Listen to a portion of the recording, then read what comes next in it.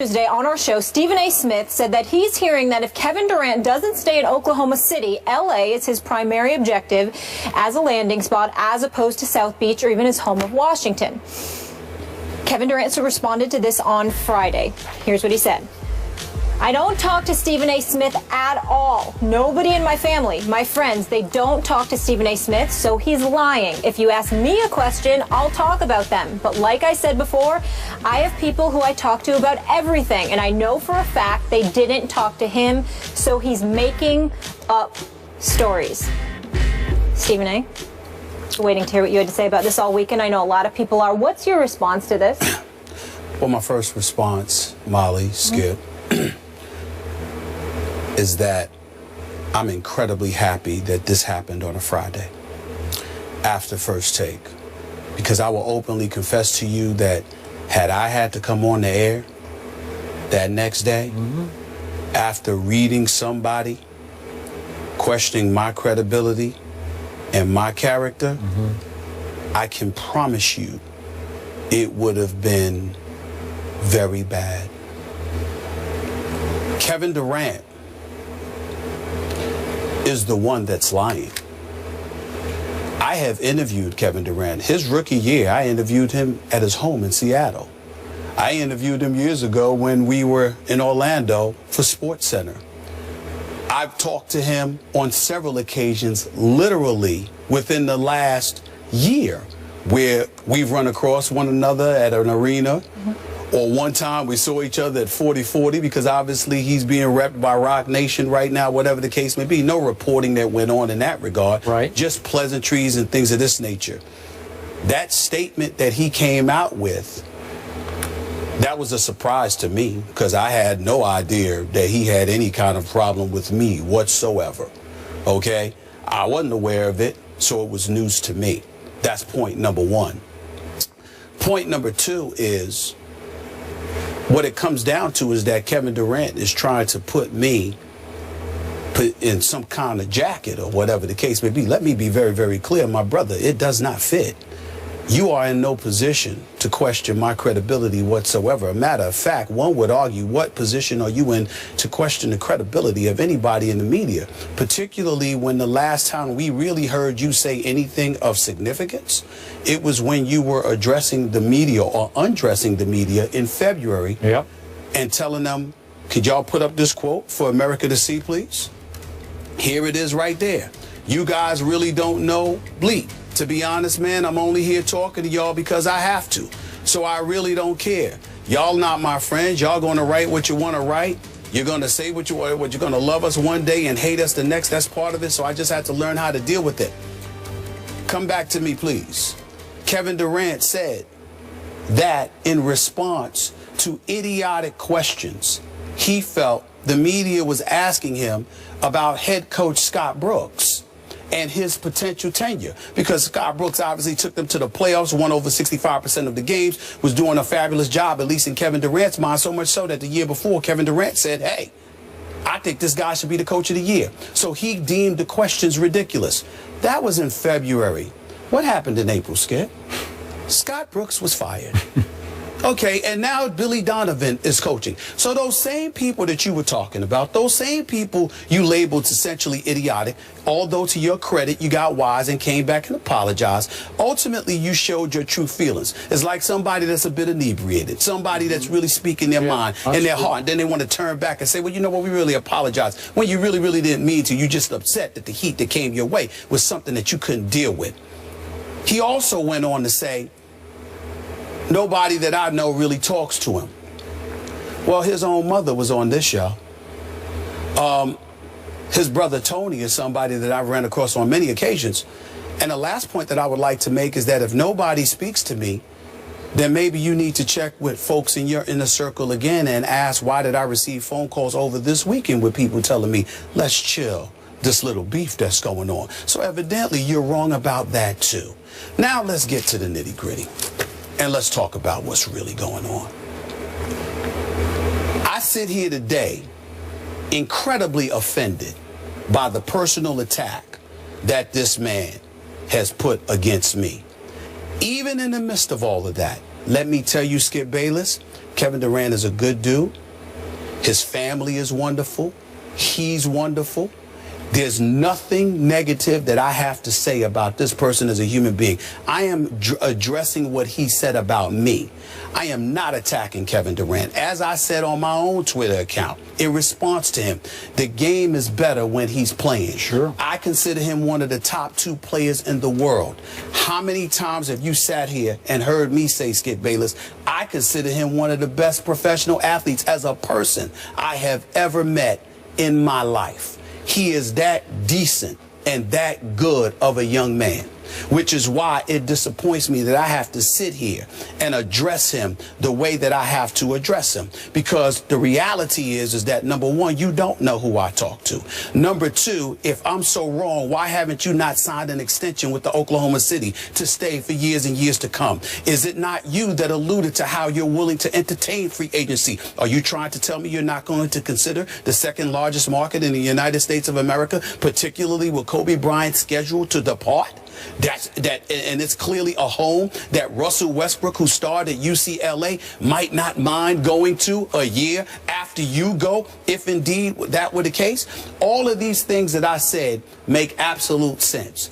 At no time did I say that I spoke to Kevin Durant. At no time did I say that I spoke to people in this inner circle. I recall an individual by the name of LeBron James, who wasn't speaking to anybody, but who broke the story that he was going to South Beach. Since when do I need to sit there and speak to people that you deem trustworthy individuals to find out what is going on with you? Which brings me to the issue that I, unapologetically, not shy about it, and more than willing to address.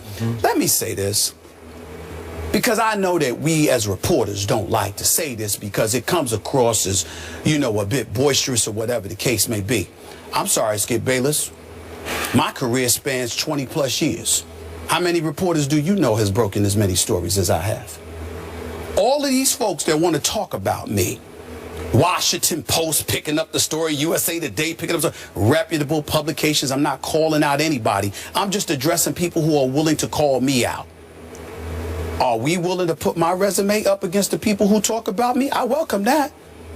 I know it's not popular to say, but this thought process that says, hey, well, you know what? He's just somebody who runs his mouth. I don't show up at NBA arenas.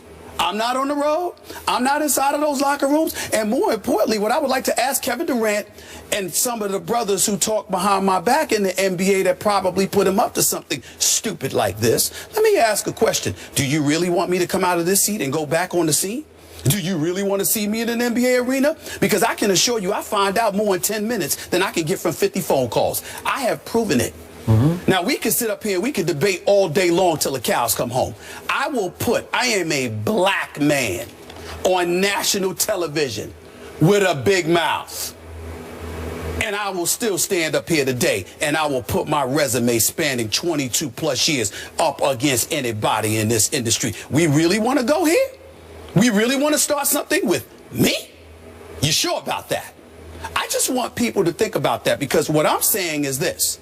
How many times, Skip Bayless, have you seen me over the years sit here and say to me, we ain't getting into people's personal life.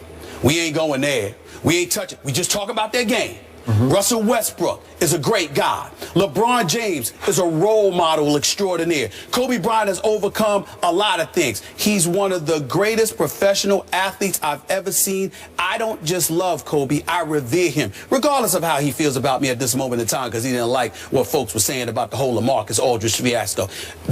Is there anything else that I can say about Dwayne Wade, about how great of a person that I think he is? Steph Curry, you know, Chris Paul, the list goes on and on and on.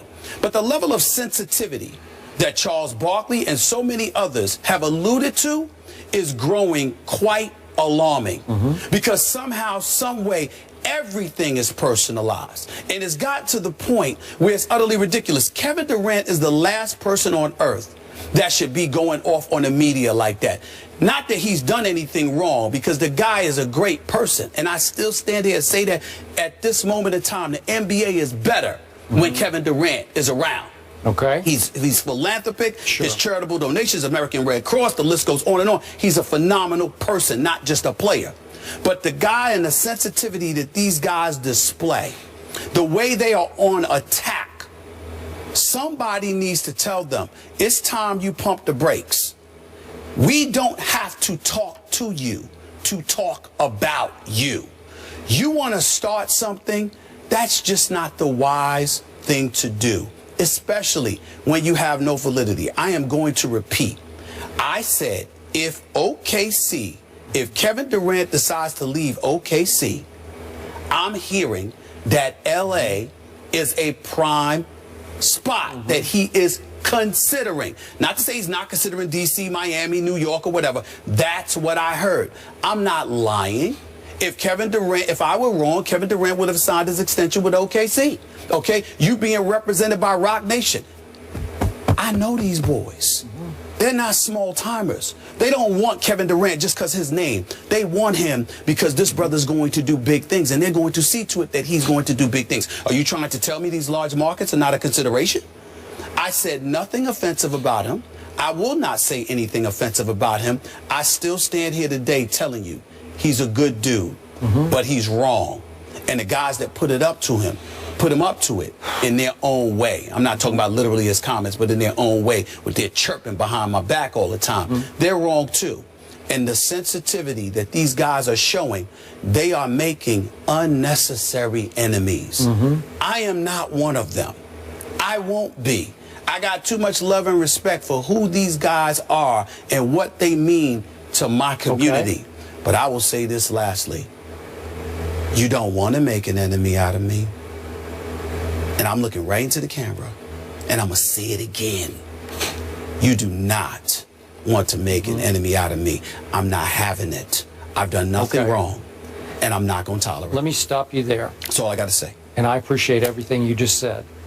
Do you realize you do not need to defend yourself on this, this issue? Yes, I do. Your track record as a reporter doesn't just speak for itself, it screams for itself. Because nobody I know, and I know a lot of NBA reporters, is any more plugged in on every NBA level, top to bottom, than you are. I know there's some great reporters out there, but no one has been more consistently accurate on the news, little and big, that has been broken than you have been. I hang my hat every day on your reporting on this show. I value it, I cherish it, and it hurts me to watch you have to defend it because of what one immature, wrong-headed superstar continues to do. This has been a pattern, as you pointed out, a pattern of behavior by Kevin Durant.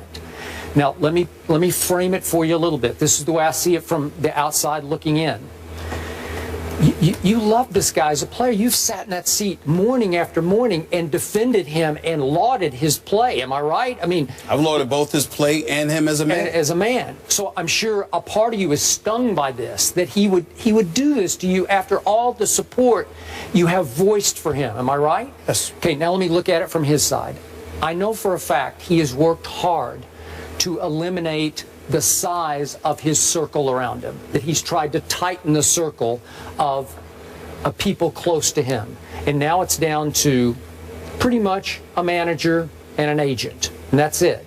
So I think he was stung that somebody that's no longer in what he considers his really tight inner circle is speaking to you, and he's paranoid about that. It doesn't matter, because you know a lot of people who know a lot of people, and I have no doubt that what you said is dead on and has been operating somewhere in Kevin's thoughts. It just put him in a little bit of an awkward position, but he could have handled it if he would just grow up. He could say, look, my heart's in Oklahoma City. I have no plans to leave here. Respect what Stephen A. says, but right now that's way off base because this is what I'm going to do. There's a way to handle that that would make you, it wouldn't put you in an awkward spot, because when you use the operative word, he's lying, I know that's going to push the deepest hot button in you, because now your integrity has been called out and questioned. Remember this about Kevin Durant.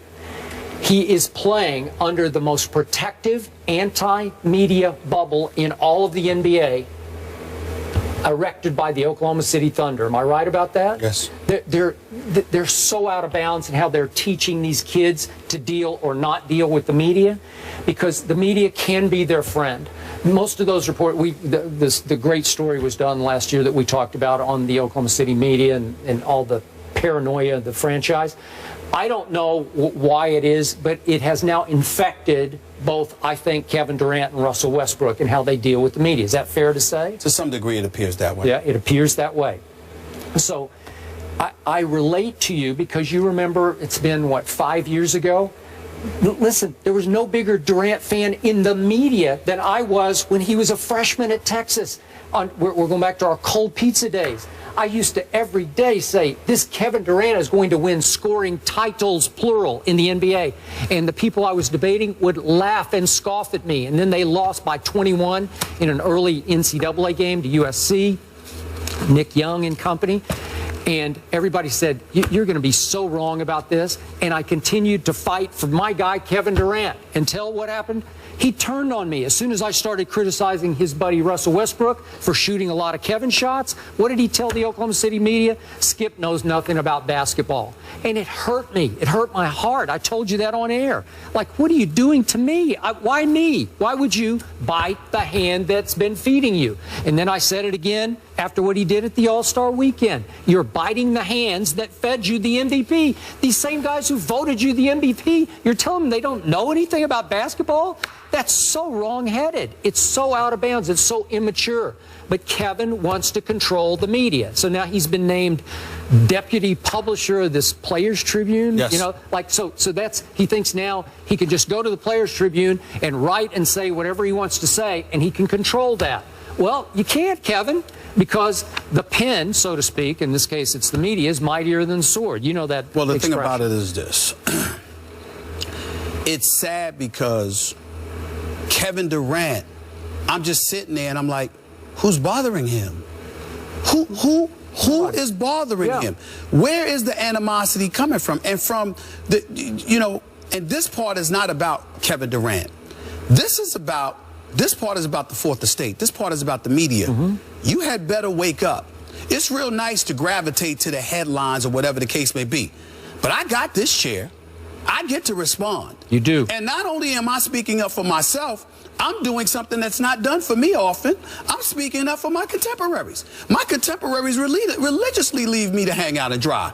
But I'm sitting here speaking up for them. I don't cover Oklahoma City. You know, they do. Why is he cussing y'all out because y'all asking about Scott Brooks? And then when you proved to be right and he was gone in April, where was Kevin Durant to be found to sit there and say, y'all had a point. Y'all were right. I was wrong. I shouldn't have done that because clearly y'all knew something that I didn't know. Absolutely nothing. And so what you have is a situation where you have folks in the media who don't have our voice. And they're sitting there and they're using these headlines and pouncing on it. And, you know, you think you uplifting the athletes, and the athletes are feeling emboldened because they get to come at us any old way. Well, that's most of us. Not here. I'm not trying to, shoot, I know how potent you are. I'm not trying to dismiss Skip at all. But Skip ain't me. Put that camera back on me. Skip ain't me. And I ain't Skip. I'm not having that. I have been more fair. And I'm going to put that out there. You can say, well, you could put it Kwame Brown, Slava Medvedev, all of this stuff. I'm joking around with names of guys that I think can't play. But when it comes to the meat and potatoes, or what's going on in guys' lives, what's going on with people close to them that affect their life and affect their performance on a basketball court, what do I say? Zero. Nothing. They want to use the example of Allen Iverson. Allen Iverson is my man. Don't compare yourself to Allen Iverson. That's like my little brother. We're that tight. You understand? So there are things that I may have done. You might look at it as wrong, but I looked at myself as trying to help him. And now we're as thick as thieves and we're as tight as ever. I love Allen Iverson in ways that I will never love most of these guys. But I respect them because I know what they mean to my community. I know what they stand for. And I know that by and large, they're even better as people than we give them credit for. But the level of sensitivity and the level of immaturity is leading you down a wrong path. And this much I can promise you. And I want to say this to Kevin Durant again. This ain't no damn jump shooting contest. This ain't me playing on a basketball court. I couldn't shine your shoes. But this is a different arena. And the one thing I can promise you, you will never have the last word. There's a level of respect that I have continuously showed, and I will continue to show it, because I know what kind of young man that dude is. But he made a mistake here, and I feel the need to call him on it. I couldn't let it go. And from now on, this implication that I don't know stuff, y'all better think twice about that, because when these NBA games come, you're going to see me at these arenas. And remember what I said to you. I can find out more in 10 minutes at a basketball arena than I can on the phone with 50 different people inside of 2 weeks. Think about that and ask yourself, do you really want to go there? I sincerely hope that I don't have to have this conversation with anybody again. Let's move on. Appreciate it. Let's leave it there. And to your haters, if you don't like somebody, Stephen A., but you watch everything they do, you're a fan. You both have a lot of fans. I've said this to Skip before. Much more First Take after the break. Keep it here.